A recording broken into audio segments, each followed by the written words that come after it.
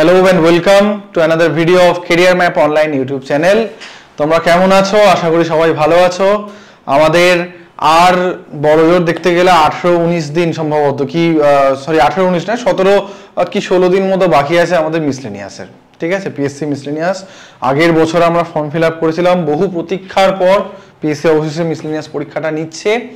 ঠিক আছে, ডব্লিউবিসিএস পরীক্ষা তো হয়ে গেল, ডব্লিউবিসিএস মেন্স, এবারে পিএসসি মিসলেনিয়াস পরীক্ষা।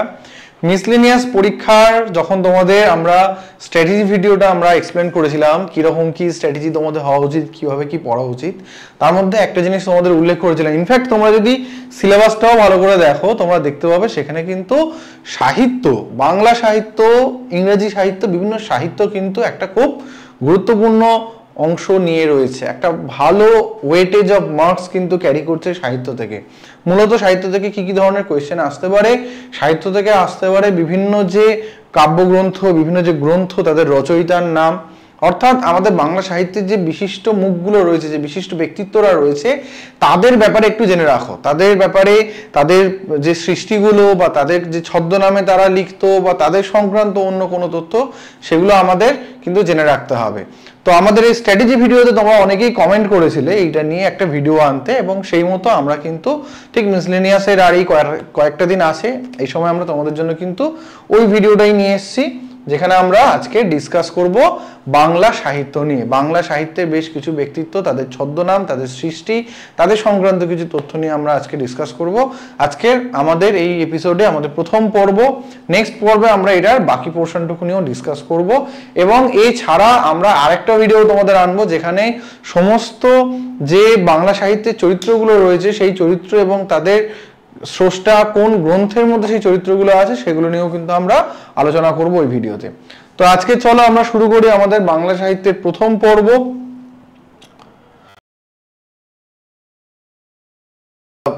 যিনি আসছেন ঈশ্বরচন্দ্র বন্দ্যোপাধ্যায়, তোমরা নাম শুনেছো সবাই, ছদ্মনাম বিদ্যাসাগর।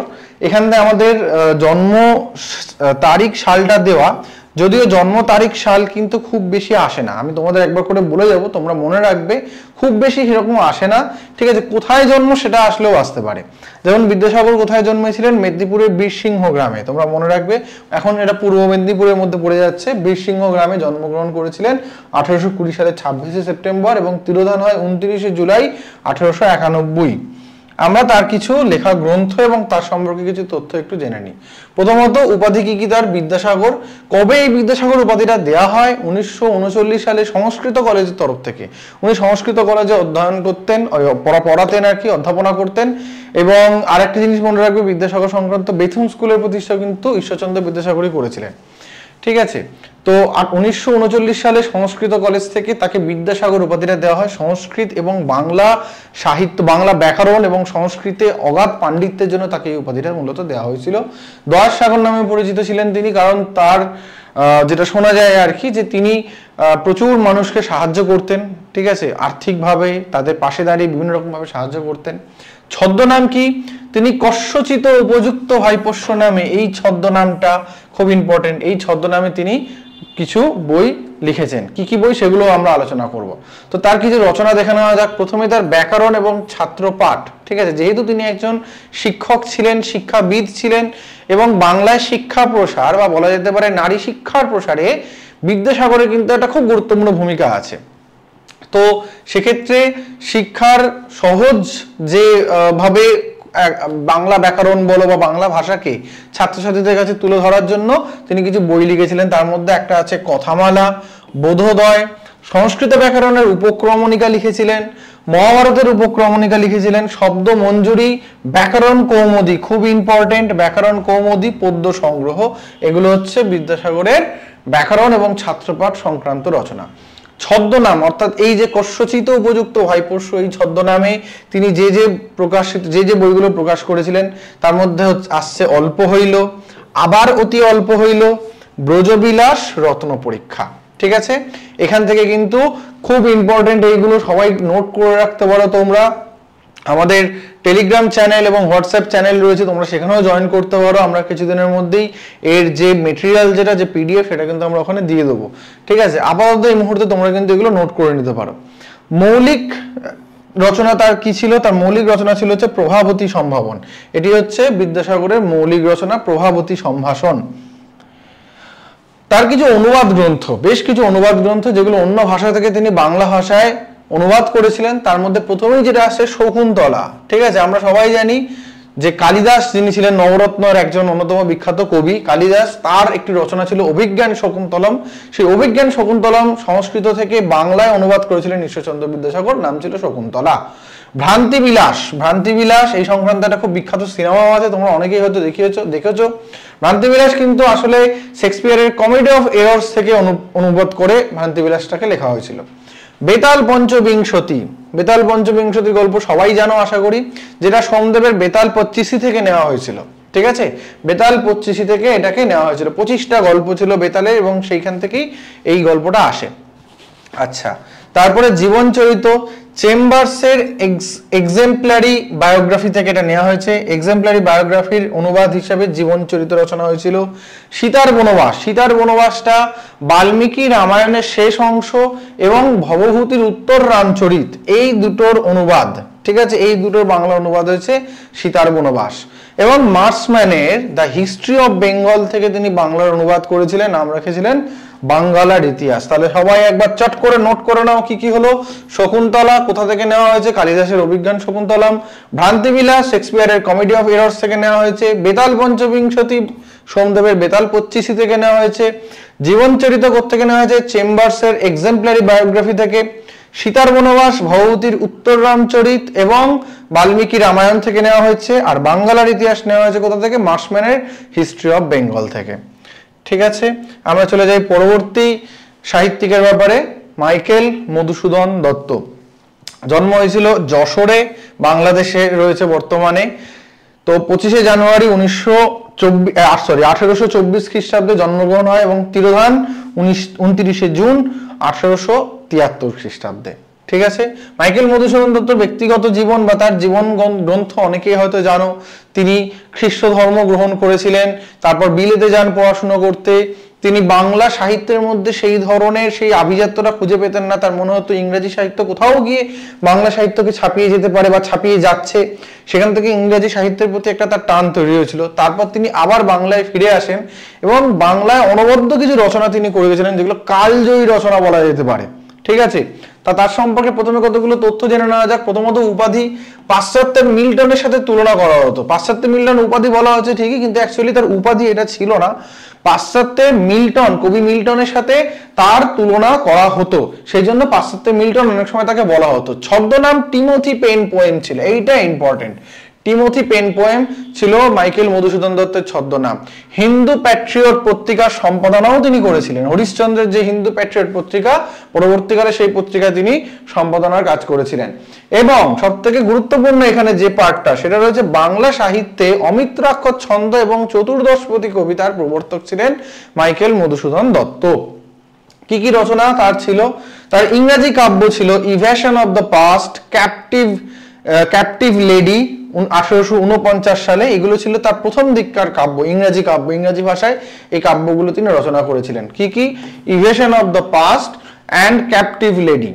বাংলা কাব্য কি কি লিখেছিলেন? বাংলা কাব্য লিখেছিলেন তিলোত্তমা সম্ভব 1860 খ্রিস্টাব্দে।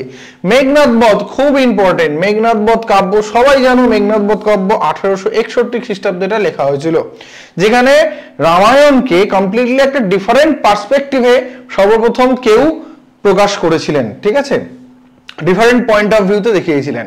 ব্রজাঙ্গনা কাব্য 1861 খ্রিস্টাব্দ, বীরাঙ্গনা কাব্য 1862 খ্রিস্টাব্দ, চতুর্দশপদী কবিতা বলি 1866 খ্রিস্টাব্দ। দেখো সেই চতুর্দশপদী কবিতা, সনেট বলা হয় এটাকে।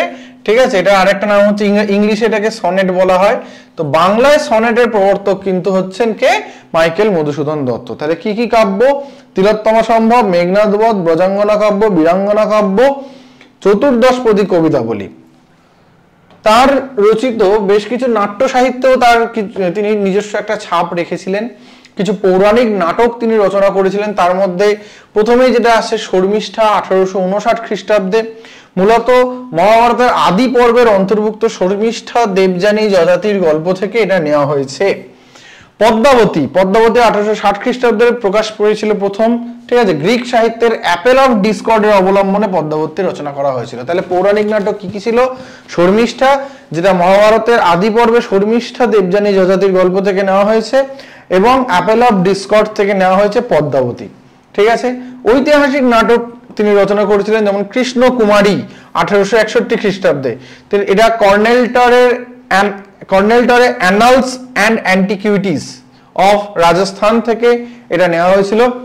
Annals and antiquities of Rajasthan থেকে এটাকে নেওয়া হয়েছিল। কার? কর্নেলটরের। কোনটা? কৃষ্ণ কুমারী নাটকটা, ঠিক আছে। রূপক নাটক তিনি লিখেছিলেন মায়াকানন, বিষ না ধনুর্গুণ। বিষ না ধনুর্গুণ এবং মায়াকানন এগুলো হলো তার রূপক ধর্মী নাটক। এবং প্রহসন নাটক, যেগুলো খুব ইম্পর্টেন্ট, প্রহসন নাটকটা সেটা কি? সেটা হচ্ছে একেই কি বলে সভ্যতা এবং বুড়ো শালিকের ঘাড়েরও। বুড়ো শালিকের ঘাড়েরও এবং একেই কি বলে সভ্যতা মধুসূদন দত্তের বিখ্যাত দুটো নাট্য সাহিত্যের মধ্যে, প্রহসন নাটকের মধ্যে আসছে। এরপরে আমরা আসি বঙ্কিমচন্দ্র চট্টোপাধ্যায়ের কথায়। বঙ্কিমচন্দ্র চট্টোপাধ্যায়, যিনি প্রকৃতপক্ষে পেশায় ছিলেন একজন ম্যাজিস্ট্রেট, ঠিক আছে, এবং তিনি সাহিত্য চর্চা করতেন, এবং তার জন্ম হয়েছিল 26শে জুন 1838 খ্রিস্টাব্দে। 26শে জুন তার জন্ম হয়েছিল, তিরোধান হয়েছিল 8ই এপ্রিল 1894 খ্রিস্টাব্দে। বঙ্কিমচন্দ্র চট্টোপাধ্যায় সাহিত্য কীর্তিগুলো দেখি। তার উপাধি কি ছিল? উপাধি ছিল সাহিত্য সম্রাট এবং জাতীয়তার দীক্ষাগুরু। জাতীয়তার দীক্ষাগুরু বলা হতো তার আনন্দমঠ রচনার পর থেকে, মূলত তাকে জাতীয়তার দীক্ষাগুরু বলা হতো, ঠিক আছে। তো আনন্দমঠটা পুরোপুরি আমাদের কিন্তু যে ভারতের স্বাধীনতা সংগ্রাম, বিশেষ করে সন্ন্যাসী বিদ্রোহের প্রেক্ষাপটে ওটা রচনা করা হয়েছিল, এবং তার বই থেকে সেই সময়কার বিপ্লবী যারা ছিল তারা কিন্তু অনুপ্রেরণা পেত। আনন্দমঠ সেই সময় তোমরা জানো বিভিন্ন যে গুপ্ত সমিতিগুলো ছিল, অনুশীলন সমিতি হোক কি যেগুলো ছিল, তাদের অবশ্য পাঠ্য গ্রন্থ ছিল, যুগান্তর দল ছিল, তাদের অবশ্য পাঠ্য গ্রন্থ থাকতো আনন্দমঠ পড়া। কারণ আনন্দমঠ পড়লে তারা সেই দেশপ্রেমের মন্ত্রে উদ্বুদ্ধ হতে পারতো। সেই জন্য জাতীয়তার দীক্ষাগুরু তাকে বলা হয়েছিল। কাকে বলা হয়েছিল? বঙ্কিমচন্দ্র চট্টোপাধ্যায়কে। ছদ্মনাম কি ছিল? কমলাকান্ত দর্পনারায়ণ প্রতিদ্বন্দ্ব ছিল তার ছদ্মনাম। তিনি বঙ্গদর্শন পত্রিকার সম্পাদনা করেছিলেন, ঠিক আছে। এই তিনটে তাহলে আমাদের ঋষি বঙ্কিমচন্দ্র চট্টোপাধ্যায় সম্পর্কিত তিনটে তথ্য। তার উপাধি সাহিত্য সম্রাট, জাতীয়তার দীক্ষাগুরু, ছদ্মনাম কমলাকান্ত দর্পনারায়ণ প্রতিদ্বন্দ্ব, এবং কোন পত্রিকা সম্পাদনা করেছিলেন? বঙ্গদর্শন পত্রিকা সম্পাদনা করেছিলেন। রচনা দেখা যাক। তার দর্শন এবং ইতিহাস এই সংক্রান্ত বিভিন্ন তার রচনা আছে, যদিও এগুলো অতটা ইম্পর্টেন্ট নয়, তোমরা একবার জাস্ট দেখে রাখো। বিবিধ সমালোচনা, সাম্য, প্রবন্ধ পুস্তক, কৃষ্ণচরিত্র ইম্পর্টেন্ট, এবং বিবিধ প্রবন্ধ, ঠিক আছে। বিজ্ঞানমূলকের মধ্যে বিজ্ঞান রহস্য আসছে। সাহিত্য সংক্রান্ত যে সমালোচনা যেগুলো হতো তার মধ্যে লোক রহস্য আসছে। ব্যক্তি ধর্মী, মানে একজন ব্যক্তি, তাকে নিয়ে একটা তার এন্টায়ার একটা কাজ রয়েছে, যেটা হচ্ছে কমলাকান্তের দপ্তর। অ্যাকচুয়ালি এটা অনেকে বলেন যে তিনি ম্যাজিস্ট্রেট থাকাকালীন তার যে অভিজ্ঞতাগুলো হয়েছিল সেটাই কমলাকান্তের দপ্তরে ফুটে উঠেছে। এটা ডি কুইন্সির confessions of an English opium ইটারের অনুসরণে তিনি এটা লিখেছিলেন। এটা কিন্তু অনুবাদ নয়, ওই থিমটাকে নিয়ে এক ধরনের কনফেশন বলতে পারো, সেইগুলো তিনি কমলাকান্তের দপ্তরে ব্যক্ত করেছিলেন, রূপকের মাধ্যমে ব্যক্ত করেছিলেন। ইংরেজি রচনা তার কি কি আছে? তার ঐতিহাসিক উপন্যাসগুলোর মধ্যে ইংরেজি রচনা নয়, এটা হচ্ছে তার এমনি রচনা, বাকি রচনাগুলো বলা হচ্ছে। ঐতিহাসিক উপন্যাস কি কি রয়েছে? দুর্গেশ নন্দিনী। দুর্গেশ নন্দিনী যেটা বাংলা ভাষার প্রথম উপন্যাস, 1865 সালে প্রথম বাংলা ভাষার উপন্যাস দুর্গেশ নন্দিনী। কপালকুণ্ডলা, এইটা খুব ইম্পর্টেন্ট তার এই ঐতিহাসিক উপন্যাসগুলো, কারণ এইগুলো প্রচুর আসে। মৃণালিনী, যুগলাঙ্গুরীয়, চন্দ্রশেখর, রাজসিংহ, সীতারাম, এবং এগুলো শুধু আসবে নয়, এখান থেকে কিছু চরিত্রও কিন্তু জিজ্ঞাসা করে। মিসলেনিয়াস প্রিভিয়াস ইয়ারে যদি দেখো তোমরা কিন্তু এই ধরনের কোয়েশ্চেন পাবে, এই চরিত্রটি কোন বঙ্কিমচন্দ্রের কোন উপন্যাস থেকে নেওয়া হয়েছে, এই ধরনের কোয়েশ্চেন কিন্তু আসতে পারে। সেটারও একটা ভিডিও আমরা তোমাদের জন্য আনবো। তোমরা এই ভিডিওটা সবাই দেখো, বন্ধুদের সাথে শেয়ার করে দাও, এবং অবশ্যই লাইক বাটনটা তোমরা প্রেস করবে যদি ভালো লেগে থাকে ভিডিওটা, এবং তোমরা শেয়ার করে দেবে। যারা আমাদের চ্যানেল এখনো সাবস্ক্রাইব করনি, এই ধরনের ভিডিও রেগুলার আপডেট পেতে মিসলেনিয়াসের আগে অবশ্যই চ্যানেলটা সাবস্ক্রাইব করবে। আচ্ছা, দেশাত্মবোধক রচনা কি কি আছে? আমরা একটু আগেই বলেছিলাম আনন্দমঠ আছে তার দেশাত্মবোধক রচনার মধ্যে, দেবী চৌধুরানী আছে তার দেশাত্মবোধক রচনার মধ্যে। এই আনন্দমঠের মধ্যে কিন্তু বন্দে মাতারাম নামক যে গ্রন্থ, যেটা আমাদের জাতীয় গান, আমাদের দেশের জাতীয় গান হিসেবে নির্বাচিত করা হয়েছে বন্দে মাতরম, সেই বন্দে মাতরম কিন্তু এই আনন্দমঠ থেকেই নেওয়া হয়েছে। আনন্দমঠ দেবী চৌধুরানী, এটা কিন্তু সন্ন্যাসী আন্দোলনের প্রেক্ষাপটে রচনা করা হয়েছে। ঠিক আছে, সামাজিক কি কি রয়েছে, সামাজিক গ্রন্থগুলো, সামাজিক যে সাহিত্য, যে উপন্যাসগুলো, তার মধ্যে বিষবৃক্ষ, কৃষ্ণকান্তের উইল, রজনী, ইন্দিরা, রাধারানী, এগুলো ইম্পর্টেন্ট। ঠিক আছে, তাহলে সামাজিকের মধ্যে কি কি দেখলাম? বিষবৃক্ষ, কৃষ্ণকান্তের উইল, রজনী, ইন্দিরা, রাধারানী। দেশাত্মবোধকের মধ্যে আনন্দমঠ দেবী চৌধুরানী, কপালকুণ্ডলা, মৃণালিনী, যুগলাঙ্গুরীয়, চন্দ্রশেখর, রাজসিংহ, সীতারাম, এগুলো হচ্ছে তার ঐতিহাসিক উপন্যাস। এবং তার মধ্যে সব থেকে গুরুত্বপূর্ণ দুর্গেশ নন্দিনী। কেন? কারণ এটা বাংলা ভাষায় লেখা প্রথম কোন উপন্যাস, 1865 সালে যেটা লেখা হয়েছিল। চলে আসি এবারে আমাদের বাংলা সাহিত্যে সব থেকে বড় নক্ষত্র বলা যেতে পারে, একদম যার ছটায় বলা যেতে পারে, বাকি আর কেউ সেইভাবে কিন্তু মানে সেই জায়গায় যেতে পারেনি যে জায়গায় তিনি আছেন। তিনি আর কেউ না, রবীন্দ্রনাথ ঠাকুর। ঠিক আছে, জন্ম 7ই মে 1861 এবং মৃত্যু 1941 7ই আগস্ট। চলে যাই আমরা তার সাহিত্য কীর্তির দিকে। তো প্রথমে দেখে নি তার উপাধি কি কি ছিল। উপাধি তোমরা সবাই জানো, এগুলো বিশ্বকবি, গুরুদেব, কবিগুরু। ছদ্মনামগুলো ইম্পর্টেন্ট এখান থেকে কি কি? আন্নাকালী পাকরাশি, ভানুসিংহ, দিকশূন্য ভট্টাচার্য, অপ্রকট চন্দ্র ভাস্কর। তাহলে কি কি? আন্নাকালী পাকরাশি, ভানুসিংহ, দিকশূন্য ভট্টাচার্য এবং অপ্রকট চন্দ্র ভাস্কর ছিল তার ছদ্মনাম। কি কি রচনা? তার রচনা যা আছে বলে শেষ করা যাবে না। এখান থেকে কতগুলো ইম্পর্টেন্ট দেখে রাখবে, যেমন হচ্ছে ধরো এই যে ভগ্নহৃদয়, সন্ধ্যা সঙ্গীত, প্রভাত সঙ্গীত। ভানুসিংহের পদাবলী খুবই গুরুত্বপূর্ণ এবং এখান থেকেই তার ছদ্মনামটা আসে, ভানুসিংহ। করি ও কোমল খুব গুরুত্বপূর্ণ। সোনার তরী, চিত্রা, চৈতালি, কথা ও কাহিনী, কল্পনা, নৈবেদ্য। তারপর এখানে হচ্ছে গীতাঞ্জলি 1910 সালে, যেটার জন্য উনি 1913 গিয়ে নোবেল পেয়েছিলেন প্রথম ভারতীয় হিসাবে।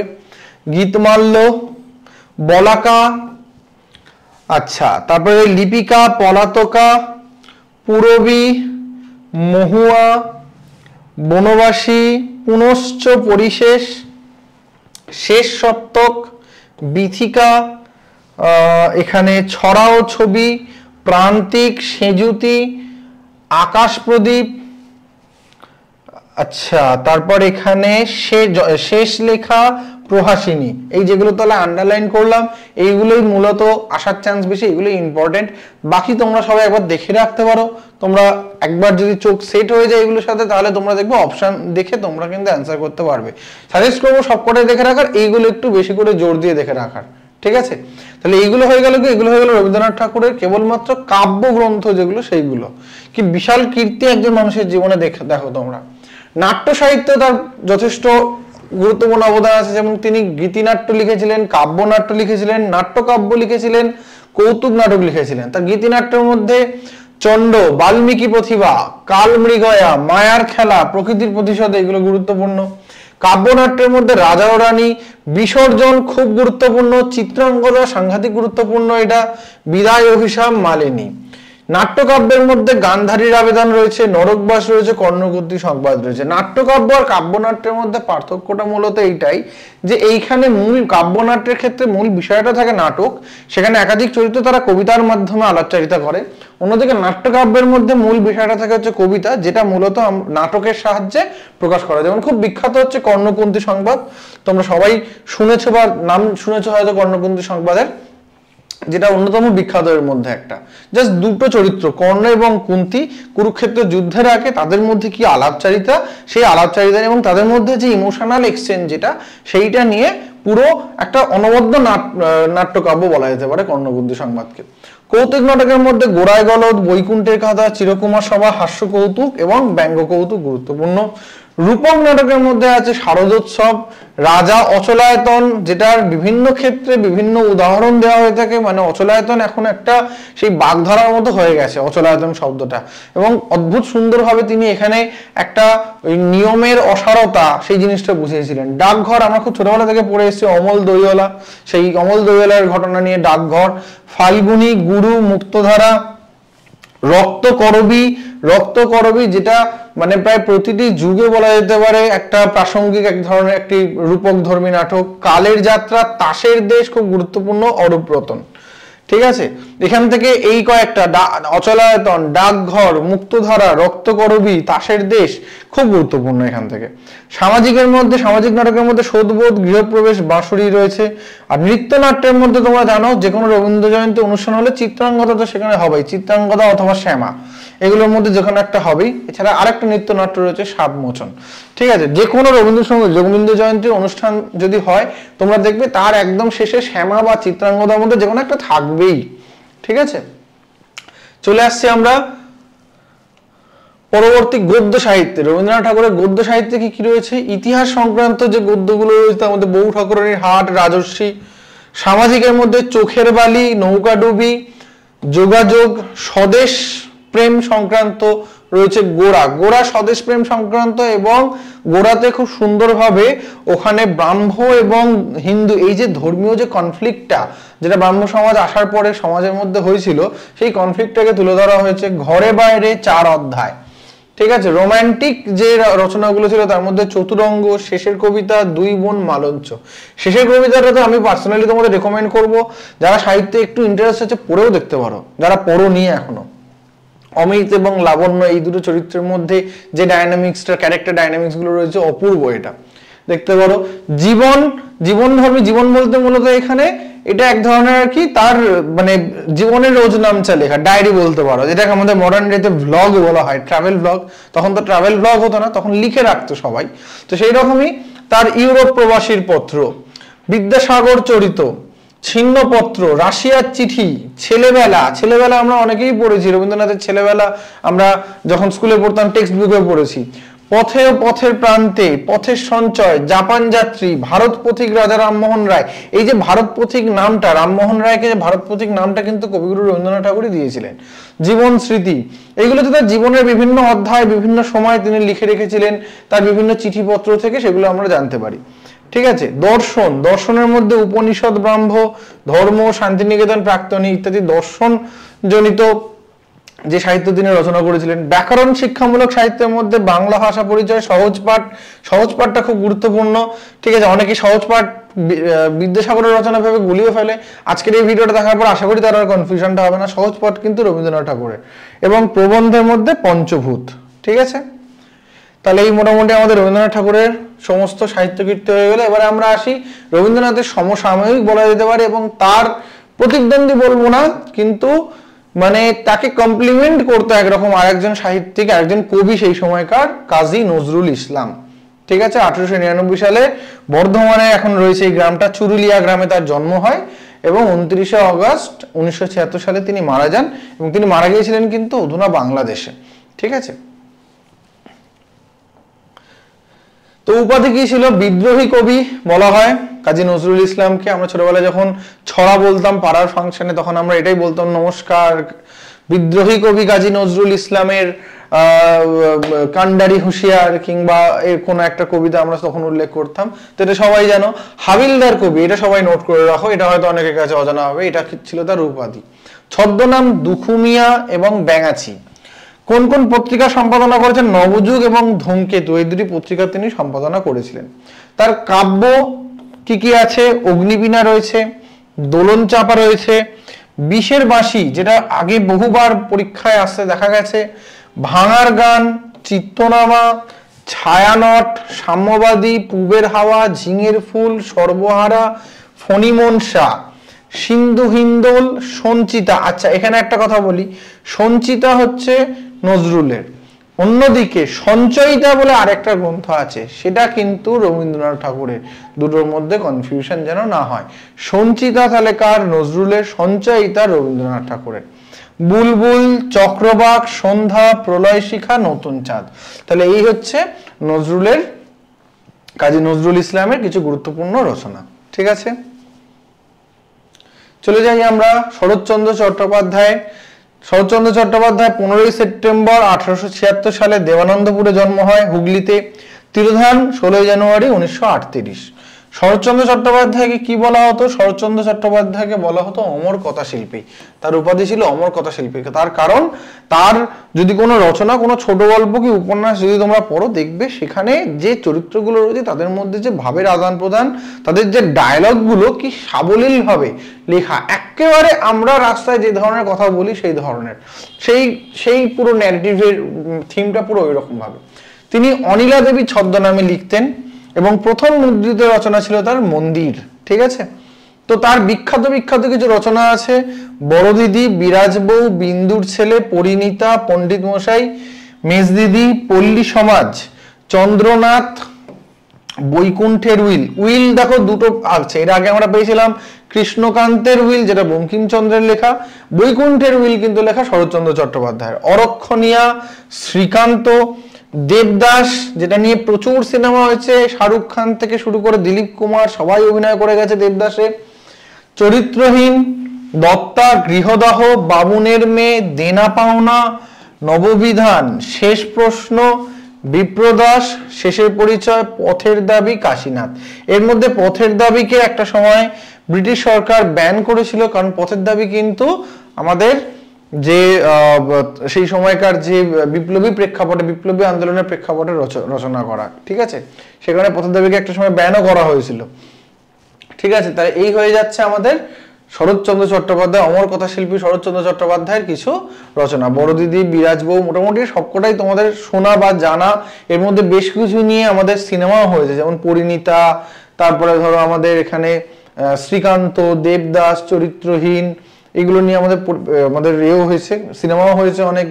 শ্রীকান্ত মনে রাখবে 4টে খণ্ড রয়েছে, শ্রীকান্ত যে গল্পটা 4টে খণ্ডে কিন্তু এখানে রয়েছে। ঠিক আছে, পরবর্তীতে চলে যাই আমরা। বিভূতিভূষণ বন্দ্যোপাধ্যায় 12ই সেপ্টেম্বর 1894 যার জন্ম এবং 1 সেপ্টেম্বর 1950 মৃত্যু। ঠিক আছে, বিভূতিভূষণ বন্দ্যোপাধ্যায়কে তার রচনার বিশেষত্ব হচ্ছে এইটা, বিভূতিভূষণ বন্দ্যোপাধ্যায় প্রকৃতির খুব সামান্য জিনিসগুলোকে এমন ভাবে তার লেখায় স্থান দিতেন যে তারা অসামান্য হয়ে যেত। সামান্য একটা ঝোপে গজে ওঠা ঘেটু ফুল যে কত সুন্দর হতে পারে সেটা তার রচনা যারা পড়েছে তারা জানবে। তো বিভূতিভূষণ বন্দ্যোপাধ্যায়ের রচনাগুলো দেখে নিই। সবথেকে বিখ্যাত যেটা আছে পথের পাঁচালী 1929 সালে, যেটা নিয়ে সিনেমা, এবং সেই সিনেমার কি ইতিহাস কি বৃত্তান্ত সবই আমরা জানি। অপরাজিত যেটা পথের পাঁচালী ঠিক পরবর্তী পার্ট। দৃষ্টিপ্রদীপ, আরণ্যক আরেকটা মানে কালজয়ী উপন্যাস বলা যেতে পারে। আদর্শ হিন্দু হোটেল, বিপিনের সংসার, দুই বাড়ি, অনুবর্তন, দেবযান, কেদার রাজা, অথই জল, ইছামতি দম্পতি, অশনি সংকেত, চাঁদের পাহাড় তো সবাই অলমোস্ট পড়েছি আমরা, মৌরি ফুল। ঠিক আছে, এই ছিল তার। এর মধ্যে খুব ইম্পর্টেন্ট কোনটা? পথের পাঁচালী, অপরাজিত তো আছেই, আরণ্যক থাকছে, আদর্শ হিন্দু হোটেল থাকছে, অনুবর্তন থাকছে, অশনি সংকেত থাকছে, ইছামতি থাকছে, দেবযান থাকছে। এই যেগুলো টিক দিয়ে রাখলাম, এবং অবশ্যই চাঁদের পাহাড়ও থাকছে। এই যেগুলো টিক দেওয়া থাকলে এগুলো কিন্তু খুব ইম্পর্টেন্ট, এগুলো আসার সম্ভাবনা খুব বেশি। ঠিক আছে, দেখে রাখবে এইগুলো। চলে আসি পরবর্তী, প্রমথ চৌধুরী, যা 7ই আগস্ট 1868 সালে জন্ম, 2রা সেপ্টেম্বর 1946 সালে মৃত্যু। তো প্রমথ চৌধুরীর ছদ্মনাম ছিল বীরবল। এখান থেকে সব থেকে ইম্পর্টেন্ট যেটা সেটা হচ্ছে এইটা, বীরবল প্রমথ চৌধুরীর ছদ্মনাম। এবং তিনি সবুজ পত্র 1914 সালে সবুজ পত্র নামে একটি পত্রিকা প্রকাশ করতেন। তার রচনা কি? নীললোহিত। দেখো, নীললোহিত থেকে কনফিউজড হবে না। নীললোহিত নামটা শুনলে প্রথমেই আমাদের সুনীল গঙ্গোপাধ্যায় নামটা মাথায় আসে, কিন্তু নীললোহিত ছিল সুনীল গঙ্গোপাধ্যায়ের ছদ্মনাম। ওই ছদ্মনামে তিনি লিখতেন, কিন্তু নীললোহিত রচনা করেছিলেন আমাদের প্রমথ চৌধুরী। 4 ইয়ারি কথা, আহুতি, পদাচরণ, তেল নুন লোকরি, যেটা খুব ইম্পর্টেন্ট এখানে যতগুলো আছে তার মধ্যে। বীরবলের হালখাতা খুব ইম্পর্টেন্ট। নানা কথা, রায়তের কথা, নানা চর্চা, আত্মকথা, প্রাচীন বঙ্গ সাহিত্যে হিন্দু মুসলমান, এই কিছু আছে। এর মধ্যে তেল নুন লোকরি, বীরবলের হালখাতা এবং নীললোহিত, এই তিনটে কিন্তু খুব ইম্পর্টেন্ট, ভালো করে এগুলো দেখবে। তারাশঙ্কর বন্দ্যোপাধ্যায় 1898 খ্রিস্টাব্দে লাভপুর, যেটা বর্তমান বীরভূমে আছে, সেখানে তার জন্ম হয়। 1971 সালে তারাশঙ্কর বন্দ্যোপাধ্যায়ের মৃত্যু হয়। আমরা একটু দেখে নিই তার যে বইগুলো আছে। তিনি সাহিত্য একাডেমি পুরস্কার পেয়েছিলেন, তিনি জ্ঞানপীঠ পুরস্কার পেয়েছিলেন, রবীন্দ্র পুরস্কারও পেয়েছিলেন, পদ্মশ্রী, পদ্মবিভূষণ, এতগুলো পুরস্কারের তালিকা তার ছদ্মনাম ছিল হাবু শর্মা। এই হাবু শর্মা ছদ্মনামে তিনি লিখতেন। তার রচনা কি? চৈতালি ঘূর্ণি, পাষাণপুরী, রাইকমল, প্রেম ও প্রয়োজন, গণদেবতা, যেগুলো সব থেকে ইম্পর্টেন্ট বলা যেতে পারে এর মধ্যে, গণদেবতা, কালিন্দী, আগুন, কালিন্দীটাও ইম্পর্টেন্ট আছে, কালিন্দী, আগুন, ধাত্রীদেবতা, মন্বন্তর, নীলকণ্ঠ, পঞ্চগ্রাম, কবি, সন্দীপন, পাঠশালা, হাসুলি বাকের উপকথা, আর একটা খুব ইম্পর্টেন্ট, হাসুলি বাকের উপকথা, আরোগ্য নিকেতনটা ইম্পর্টেন্ট, বিচারক, সপ্তপদী ইম্পর্টেন্ট আছে, রাধা, ডাক হরগড়া, মহাশ্বেতা, নাগরিক, মণিবৌদি, নাগিনী কন্যার কাহিনী, অগ্রদানী, জলসভার ইম্পর্টেন্ট, এবং দুই পুরুষ, যেগুলো গোল করে মার্ক করে দিলাম, সেগুলো কিন্তু মেনলি বিভিন্ন পরীক্ষা আসে দেখা গেছে। ঠিক আছে, এবং তিনি কোন কোন পুরস্কার পেয়েছিলেন সেগুলো একটু দেখে নেবে। এর পাশাপাশি তিনি মনে রাখবেন তোমরা সবাই রবীন্দ্র পুরস্কারও পেয়েছিলেন। ঠিক আছে,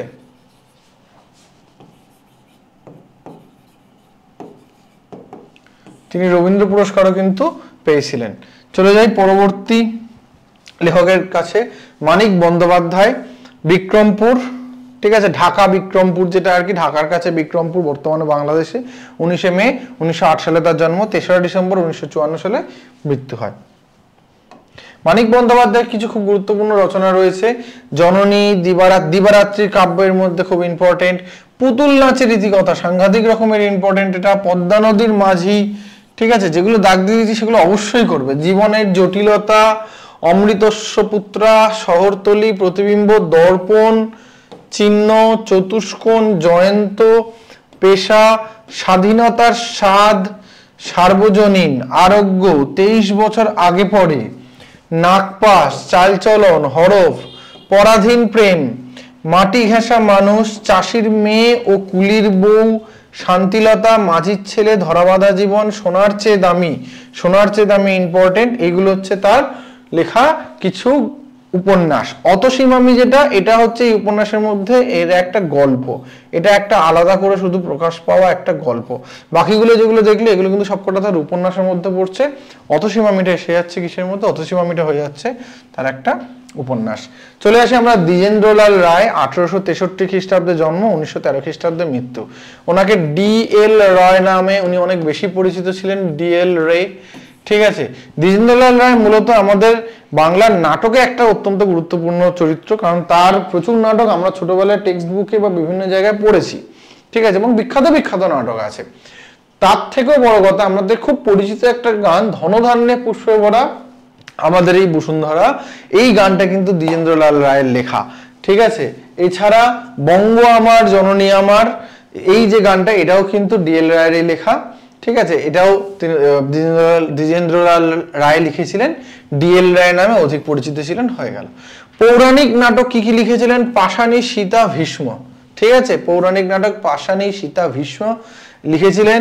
ঐতিহাসিক নাটকের মধ্যে তারাবাই, সোরাব রুস্তম, প্রতাপ সিং, দুর্গাদাস, নূরজাহান, মেবার পতন, খুব ইম্পর্টেন্ট, মেবার পতন তার লেখা। শাহজাহান, শাহজাহানের বানানটা দেখে কিন্তু তোমরা ভাববে না যেটা ভুল করা, শাহজাহান এই নামেই ছিল, বানানটা এইটাই রাখা আছে। চন্দ্রগুপ্ত, আমরা সেই সেলুকাস এবং আলেকজান্ডার এবং চন্দ্রগুপ্ত একটা কথোপকথনের একটা ছোট্ট অংশ ছোটবেলায় পড়েছিলাম আমরা টেক্সট বইতে। সিংহল বিজয়, সামাজিক, যেখান থেকে সেই একটা খুব মানে বিখ্যাত ডায়লগ, সত্য সেলুকাস কি বিচিত্র এই দেশ, এটা কিন্তু আসলে এই চন্দ্রগুপ্ত থেকেই নেওয়া। ঠিক আছে, DL রায় চন্দ্রগুপ্ত থেকে ওটা নেওয়া হয়েছিল। সামাজিক নাটকের মধ্যে পরপারে, বঙ্গনারী। প্রহসন নাটকের মধ্যে কল্কি অবতার, বিরহ, ত্রাহ্য স্পর্শ খুব ইম্পর্টেন্ট, প্রায়শ্চিত্ত, পুনর্জন্ম, আনন্দ বিদায়। অন্যান্য যে রচনাগুলোর মধ্যে কালিদাস ও ভবভূতি গুরুত্বপূর্ণ। তিনি কাব্যগ্রন্থ রচনা করেছিলেন মন্দ্র এবং আর্যগাথা নামে। ঠিক আছে, তাহলে অন্যান্য রচনার মধ্যে কালিদাস, ভবভূতি, কাব্যগ্রন্থের মধ্যে মন্দ্র এবং আর্যগাথা গুরুত্বপূর্ণ, আর বাকি যেগুলো যায় এগুলো সব হচ্ছে তার রচিত নাটকের মধ্যে পড়ছে। তিনি 100-র বেশি গান রচনা করেছিলেন টোটাল বলা যেতে পারে। চলে আসি তারপরে অন্নদা শঙ্কর রায়, 1904 খ্রিস্টাব্দে, উড়িষ্যার ঢেনকানালে তার জন্ম হয়েছিল, 2002 খ্রিস্টাব্দে মারা যান। তিনি পেশায় কিন্তু ছিলেন একজন আমাদের একজন আইসিএস অফিসার। তখন তো আইসিএস পরীক্ষা দেওয়া হতো, এখন যেটা আমরা আইএএস ইউপিএসসি দিই, তখন আইসিএস হতো। লীলাময় রায় তার নাম হয়েছিল। আসলে লীলাময় রায় নাম হয়েছিল এর একটা কারণ যেটা আছে, যে তিনি একজন জার্মান মহিলাকে বিবাহ করেছিলেন, যিনি হিন্দু ধর্মে ধর্মান্তরিত হন এবং তার নাম রাখেন লীলা রায়। ঠিক আছে, তো সেই লীলা রায় স্ত্রীর নামটা থেকেই তিনি কিন্তু এই নাম ছদ্মনামটা নিয়েছিলেন লীলাময় রায়। তো তিনি পুরস্কারের তালিকাগুলো দেখো, একাডেমি পুরস্কার, বিদ্যাসাগর পুরস্কার, শিশির কুমার, এই 3টে পুরস্কার তিনি পেয়েছিলেন। তার গুরুত্বপূর্ণ রচনার মধ্যে এইটা খুব ইম্পর্টেন্ট, পথে প্রবাসে, যার জেঠা দেশ, অজ্ঞাতবাস, কঙ্কাবতী, সত্যাসত্য, পুতুল নিয়ে খেলা, দুঃখ মোচন, উর্কি ধানের মুরকি, ইম্পর্টেন্ট আছে এটা, ডালিম গাছের মৌ, এটাও অন্নদা শঙ্কর রায়ের লেখা, তারুণ্য, মিনুর বই, হাসান সখী। হাসান সখীরাও কিন্তু ইম্পর্টেন্ট আছে। হাসান সখী তাহলে কার লেখা? অন্নদা শঙ্কর রায়ের লেখা। এই যেগুলো দাগ দিয়ে দিলাম এগুলো কিন্তু দেখে রাখবে, বাকিগুলো দেখবে বাট এগুলো একটু জোর দিয়ে দেখবে। আশাপূর্ণা দেবীর কথায় আসি, আমাদের প্রথম মহিলা জ্ঞানপীঠ প্রাপক বাঙালিদের মধ্যে, অবশ্যই প্রথম বাঙালি মহিলা যিনি জ্ঞানপীঠ পেয়েছিলেন। 1909 খ্রিস্টাব্দে বেগমপুরে জন্ম, 1995 খ্রিস্টাব্দে মৃত্যু হয়। আশাপূর্ণা দেবীর এই যে জ্ঞানপীঠের যে কথাটা প্রথম, এইটাই কোশ্চেন আসে যে আশাপূর্ণা দেবী কবে পেয়েছিলেন, কি জন্য পেয়েছিলেন। প্রথম প্রতিশ্রুতি নামক যেটা মানে রচনা, তার জন্য তিনি 1976 সালে জ্ঞানপীঠ পুরস্কার পান এবং এটাই প্রথম বাঙালি মহিলা হিসাবে কারোর জ্ঞানপীঠ পুরস্কার পাওয়া। রচনার মধ্যে সবকটাই ইম্পর্টেন্ট, বকুল কথা, প্রথম প্রতিশ্রুতি এবং সুবর্ণলতা। ঠিক আছে, এই 3টেই কিন্তু আশাপূর্ণা দেবীর রচনা। রাজশেখর বসু খুবই বিখ্যাত একজন নাম। রাজশেখর বসুর থেকে উনি ওনার ছদ্মনামটাতে বেশি বিখ্যাত ছিলেন। ছদ্মনামের কথায় আসবো, তার আগে দেখে নিই 1880 সালে নদিয়াতে জন্ম, 1960 সালে তিরোধান। ঠিক আছে, তো রাজশেখর বসুর ছদ্মনাম হচ্ছে পরশুরাম। ঠিক আছে, এই নামটা বললে যারা একটু সাহিত্য চর্চা করো বা বইটই ঘাটো তারা অবশ্যই চিনে যাবে। রচনার মধ্যে কি কি আছে? গড্ডালিকা, কজ্জলি, হনুমানের স্বপ্ন, নীলতারা, ধুস্তরি মায়া, কৃষ্ণকলি, আনন্দবাই, চমৎকুমারী, এই যে বিরিঞ্চি বাবা, এটা তোমরা সত্যজিৎ রায়ের সিনেমাও হয়েছিল এই বিরিঞ্চি বাবা নিয়ে। ঠিক আছে, কালপুরুষ মহাপুরুষ নামে। ঠিক আছে, তো এই বিরিঞ্চি বাবা খুব বিখ্যাত একটা রচনা পরশুরামের। মেঘদূত, কুটির শিল্প, লঘুগুরু, চলন্তিকা, মহাভারত এবং বাল্মীকি রামায়ণের অনুবাদও করেছিলেন কিন্তু পরশুরাম। ঠিক আছে, পরশুরাম মহাভারত এবং বাল্মীকি রামায়ণের বাংলা অনুবাদও করেছিলেন। পরবর্তীতে আসে সুকান্ত ভট্টাচার্য, 1926 জন্ম, 1947 মৃত্যু। তো সুকান্ত ভট্টাচার্য সেই সময় যদি দেখা যায় রবীন্দ্র ভাবধারার বিপরীতমুখী যে একটা কবিদের গোষ্ঠী গড়ে উঠেছিল, তার মধ্যে খুব গুরুত্বপূর্ণ মুখ ছিলেন সুকান্ত ভট্টাচার্য এবং তার লেখায় মূলত সেই সময় সমাজের প্রতি যে বিদ্রোহ, যে বিভিন্ন যে দাবি দাওয়া, সেইগুলো কিন্তু প্রকাশ পায়। ঠিক আছে, একদিকে যেমন রবীন্দ্রনাথের লেখাতে আমরা সেই সময় দেখতে পাই রোম্যান্টিসিজম, প্রকৃতি প্রেম, ঠিক আছে, ইত্যাদি। যদিও রবীন্দ্রনাথও কিন্তু দ্রোহমূলক রচনা করেছিলেন, কিন্তু সুকান্তের যাবতীয় যা রচনা তার সবকিছুতেই কিন্তু একটা বিদ্রোহ, দ্রোহের ছাপ রয়েছে। কবি সুকান্তের উপাধি ছিল কিশোর কবি এবং তার রচনাগুলোর মধ্যে সব থেকে ইম্পর্টেন্ট যেটা সেটা হচ্ছে ছাড়পত্র। 1947 সালে, যে বছর তিনি মারা যান, সেই বছরই এটা প্রকাশ পায়। ঘুম নেই, পূর্বাভাস মিঠে করা। ঠিক আছে, আমরা একটা খুব বিখ্যাত গান আছে, রানার ছুটেছে তাই ঝুমঝুম ঘন্টা বাজছে রাতে, রানার চলেছে খবরের বোঝা কাঁধে। তো সেই রানার কবিতাটা কিন্তু এই ছাড়পত্র থেকে নেওয়া হয়েছিল, ছাড়পত্র কাব্যগ্রন্থের অন্তর্গত। আচ্ছা, জীবনানন্দ দাশ 7ই মে 1899 সালে বরিশালে জন্মগ্রহণ করেন এবং 1954 সালে কলকাতায় একটি ট্রাম দুর্ঘটনায় তিনি মারা যান। তার উপাধি কি ছিল? রূপসী কবি। আসলে রূপসী বাংলা নামে যে রচনাটা তিনি, যে কবিতাটা লিখেছিলেন, সেখান থেকে এই নামটা মূলত আসে এবং তিনিও বিভূতিভূষণ বন্দ্যোপাধ্যায়ের মতো অসামান্য একজন প্রকৃতিপ্রেমী ছিলেন। তার বিখ্যাত গ্রন্থগুলোর মধ্যে আছে ঝরাপালক, ধূসর পাণ্ডুলিপি, খুব গুরুত্বপূর্ণ এগুলো। বনলতা সেন, সবাই শুনেছো, আমাকে দুদণ্ড শান্তি দেবে নাটোরের বনলতা সেন দিয়েছিল, নাটোরের বনলতা সেন, এটা কিন্তু জীবনানন্দেরই লেখা। মহাপৃথিবী, সাতটি তারার তিমির, রূপসী বাংলা। ঠিক আছে, এই ঝরাপালক থেকে, ঝরাপালক, ধূসর পাণ্ডুলিপি, বনলতা সেন এবং রূপসী বাংলা, এই চারটে খুব ইম্পর্টেন্ট এখানে যতগুলো রয়েছে। এবার আসি আমরা বুদ্ধদেব বসুর কথায়। বুদ্ধদেব বসু জন্ম 30 নভেম্বর 1908, বর্তমান বাংলাদেশে কুমিল্লা জেলায়, 18 মার্চ 1974 সালে মৃত্যু।